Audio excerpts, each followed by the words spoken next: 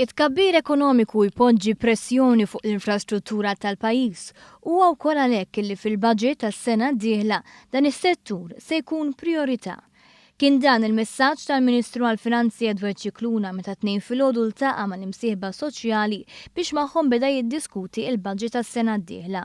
Fil-Kunsill Malti għall-Iżvilupp Ekonomiku Soċjali, l-MCSD, il-Ministru Scicluna saħaq kif il-pajjiż kellu tkabbir ekonomiku, iżda dan ma jkun ifisser xejn jekk l-ambjent tal-madwar ma jiżviluppax.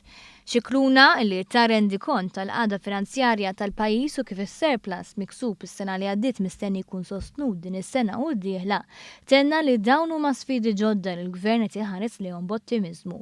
Il-Ministru għall-Affarijiet Ewropej Elena Dalli saħqet illi qed tħares lejn il-futur b'kunfidenza u tispjega kif dan il-proċess se jsir iktar demokratiku u trasparenti permezz tal-involviment ta' iktar nies u NGOs biex l-iżvilupp soċjali jaġġorna ruħu mal-ekonomija.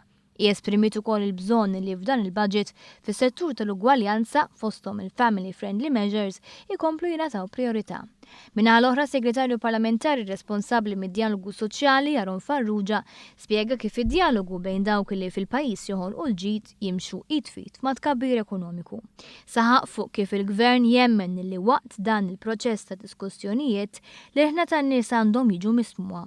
Fil-fatt din kienet biss l-ewwel laqgħa f'sensiela ta' laqgħat u diskussjonijiet illi qatt iridu jsiru wara bidla fil-leġislatura.